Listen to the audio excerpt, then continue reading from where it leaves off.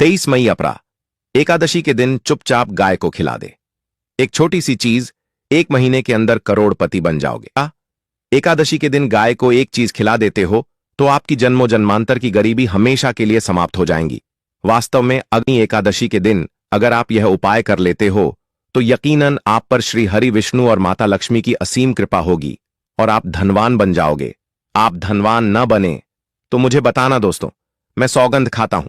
बस जो उपाय आपको बताया जाए वह उपाय कर लेना। चलिए जानते हैं। अपरा एकादशी के दिन चुपचाप गाय को खिला दे। यह एक छोटी सी चीज करोड़पति भी अरबपति होंगे। सभी संकट और आसान से मुक्ति, मृत्यु, दंड, पितृदोष तुरंत होगा। पूरे साल आपके भरे रहेंगे। अन्य धन के भंडार यूं कहें कि आपकी 7 पूछतें तक करेंगी। रूपों पैसों पर राज बैंक बैलेंस बढ़ता चला जाएगा। आपके घर में वेतन है, वह कभी खर्च नहीं होगा और बढ़ता ही जाएगा। सभी दुख दर्द संकट कष्ट दूर हो जाएंगे, दूर, और सभी सुख आपके कदमों में आ जाएंगे।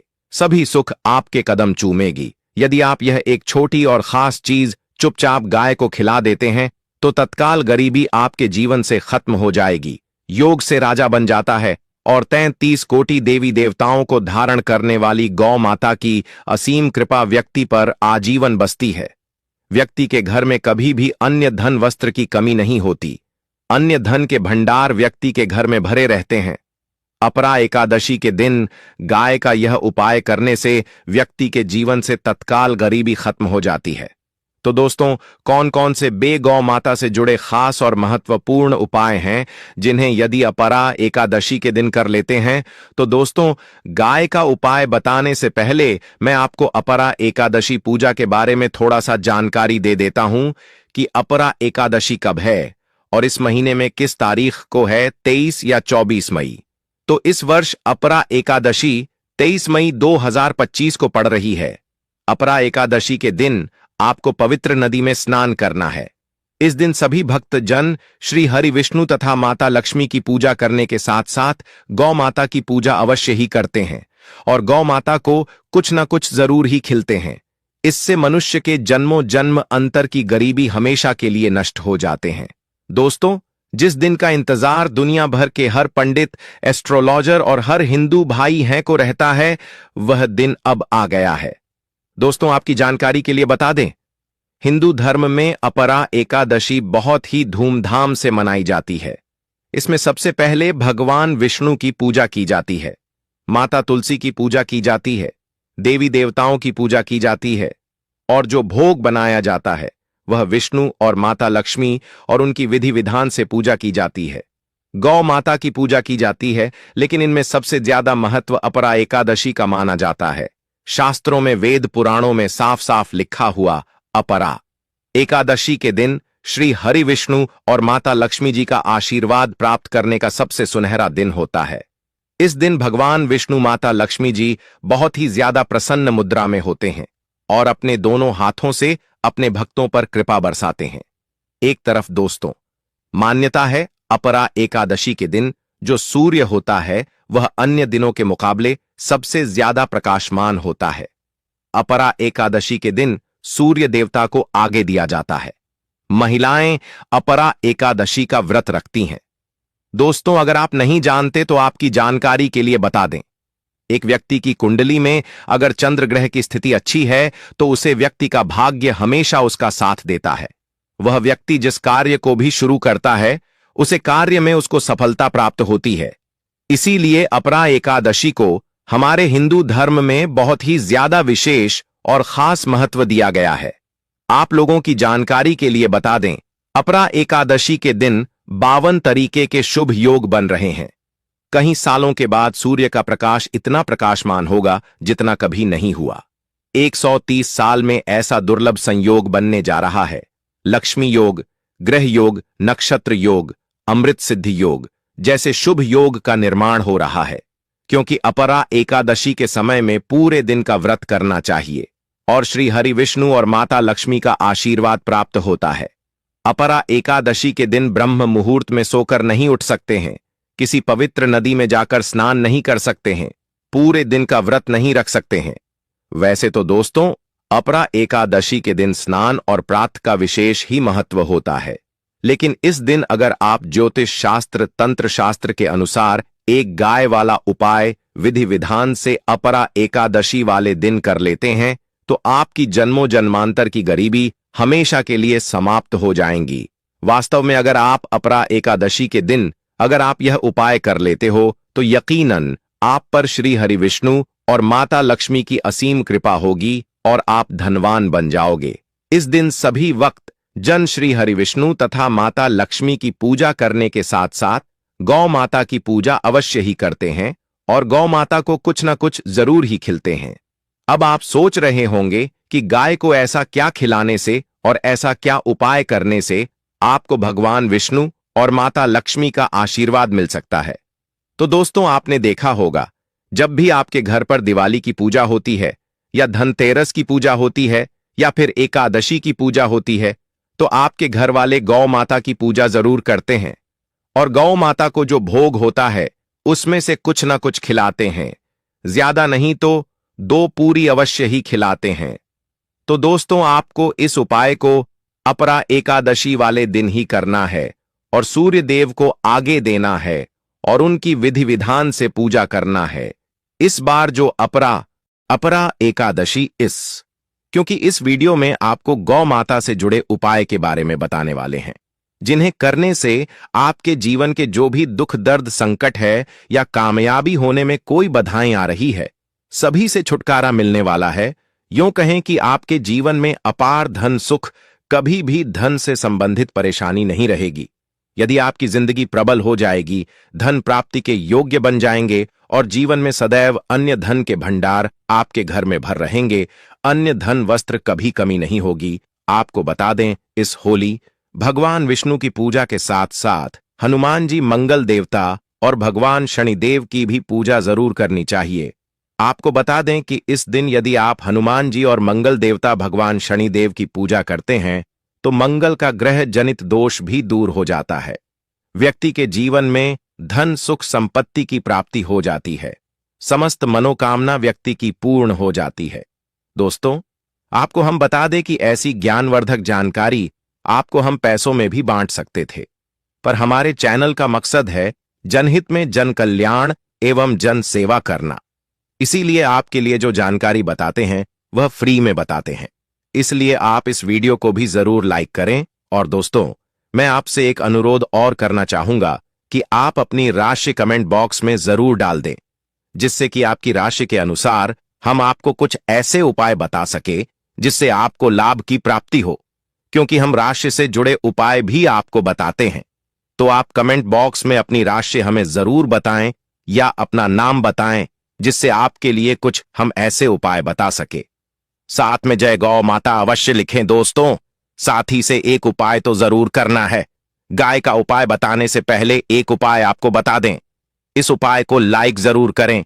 क्या करें कि शाम के समय पीपल के पेड़ के नीचे आपको सरसों का चौमुखी दीपक, आटे का दीपक बनाना है। चौमुखी दीपक में आगे की बाती लगाकर सरसों के तेल का दीपक जला देना है। आटे का दीपक बनाएं, जो मुख्य तेल डालें उसमें बाती ही डालें। लाल वाली कलावे की दीपक जला दें। 4-4 बाती लगाकर चारों दीपक मतलब 4 भाग उसके बन जाएं। हर एक भाग को जलाएं और बीच में 2 सबूत फूल वाले लौंग भी डाल दें। फिर देखिए कैसे चमत्कार आपके जीवन में होता है। शाम के समय जलाकर उसे छोड़ें, मनोकामना मांगकर छोड़ दें। दोस्तों, अभी तक अपने चैनल को सब्सक्राइब ना किया हो तो जरूर कर लें, इससे आपको और भी ज्ञानवर्धक जानकारी सीधे माध्यम से प्राप्त हो सके। दोस्तों, यह गौ माता वाला उपाय बहुत ही प्रभावशाली उपाय बताया मैंने आपको। इस उपाय को जरूर करें, बहुत ही लाभकारी उपाय बताया है, बहुत ही आपको लाभ देगा यह उपाय। और अब बात करें गौ माता से जुड़े कौन कौन से उपाय आपको इस दिन मतलब गाय से जुड़े, जिन्हें करने से व्यक्ति को 7 पीढ़ियों तक बैंक बैलेंस की कमी नहीं होती, दुख दर्द संकट कष्ट दूर हो जाते हैं और सभी सुख व्यक्ति के कदमों में आ जाते हैं। तो दोस्तों, अपरा एकादशी के दिन आपको भगवान विष्णु माता लक्ष्मी माता की विधि विधान से पूजा करना है और उसी के साथ गौ माता की पूजा अवश्य करना है। और गौ माता को जो भोग अपरा एकादशी पूजा के लिए बनाया गया था उसे भोग से 2 पूड़ी जरूर ही खिला देनी है। सूखी पूरी नहीं खिलाना है। पूड़ी के ऊपर आप मिठाई या कोई सब्जियां, हलवा जो भी बनाया है वह आपको गौ माता को जरूर ही खिलाना है। दोस्तों, हर एक और मांगलिक काम में गौ माता या उनसे जुड़ी चीज जैसे गाय का गोबर, गोमूत्र, गाय का दूध अथवा गाय के दूध से बना घी जरूर शामिल करें। इससे आपको पुण्य भाव की प्राप्ति होगी। सनातन परंपरा के अनुसार जिस घर में गाय होती है उसे घर से जुड़े सभी वास्तु दोष स्वयं खत्म हो जाते हैं, क्योंकि पंचम या के बिना कोई भी पूजा पाठ और हवन सफल नहीं होता। दोस्तों, महीने में एक बार हो सके तो परिवार सहित एक बार गौशाला जाने का नियम जरूर बनाएं और हो सके तो गायों को हरा चारा जरूर खिलाएं, जिससे सभी वास्तु दोस्त शांत हो जाते हैं। दोस्तों, आपका प्रिय चैनल कभी किसी को भी गलत जानकारी नहीं देगा और इनसे जुड़े दोषों का निदान हो जाता है। गर्मियों में गौ माता को पानी पिलाएं और सर्दी में गौ माता को गुड़ जरूर खिलाएं। ध्यान रखें कि अपरा एकादशी वाले दिन गौ माता को गुड़ जरूर ही खिलाना है। गर्मियों में गाय को गोदना खिलाए। अनेक देवी देवताओं को अपने शरीर पर धारण करने वाली गौ माता से जुड़े कई शुभ और अशुभ संकेत भी होते हैं। मतलब गाय का दूध दौड़ते समय यदि गाय ठोकर मार दें और सारा दूध बिखर जाए तो अपशगुन होता है। यदि कोई यात्रा पर निकल रहा हो और गाय अपने बछड़े को दूध पिलाती सामने आ जाए तो निश्चित रूप से कि यात्रा के लिए आप निकले हैं, वह यात्रा आपकी जरूर ही सफल होगी और वह जिसके लिए आप निकले हैं वह जरूर ही पूर्ण यात्रा पर जाते समय गाय की आवाज आना और रात्रि में गाय की हुंकार करना भी शुभ होता है। दोस्तों, साथ ही साथ गाय के साथ आप भूलकर भी यह काम ना करें, अन्यथा मिलता है। जी हां दोस्तों, गाय को राष्ट्रीय पशु बनाए जाने और इन्हें मौलिक अधिकार दिए जाने की बात हो रही है तो सवाल उठता है, गाय संस्कृति का अहम हिस्सा है, तभी गाय के साथ लोग खराब व्यवहार कैसे कर लेते हैं और जैसे ही दूध देना बंद कर देती है तो लोग इन्हें उनकी किस्मत पर छोड़ देते हैं, सड़कों पर और गलियों में भटकने के लिए। ऐसे में गोवंश जीवन को कोई डंडे मारता है तो कोई उन पर पानी डाल देता है, कई बार लग जाती है तो कभी बीमार होकर बेचारी गाय दम तोड़ देती है। ऐसे में जरूरत है इन बातों को जानने की। गाय को लेकर शास्त्रों में क्या कहा गया है, आपको कैसा व्यवहार करना चाहिए। क्या दोस्तों, गाय को कभी भी मारना पीटना नहीं चाहिए। शास्त्रों में गाय को माता का दर्जा दिया गया है। गाय को मारने वाला माता को मारने पीटने वाले के समान पाप का भाग्य समझा जाता है। नरक लोक में वर्षों तक कष्ट भोगना पड़ता है। अगले जन्म पशु योनि में मिलता है कि गौतम मुनि ने गलती से गाय को डंडा मार दिया था, जिस गाय की मृत्यु हो गई थी, और इस पाप से मुक्ति के लिए इन्हें वर्षों तक तपस्या करनी पड़ी। इसलिए यह अपरा एकादशी भगवान श्री कृष्ण जी ने बैल स्वरूप में आए वृद्ध आश्रम का वध कर दिया था, जिससे मुक्ति के लिए भगवान श्री कृष्ण को संपूर्ण तीर्थ को एक कुंड में बुलाना पड़ा और इस कुंड में स्नान से वह पाप मुक्त हो गए थे। यह दोस्तों साथ ही साथ पानी पी रही गाय को भागते हैं, वह घोर पापी के भंग बनाकर होते हैं। ऐसे लोग घर आप से मुक्त होकर स्वर्ग पाए जाते हैं और बड़े ही धनवान कल में जन्म लेकर सुख भोगते हैं।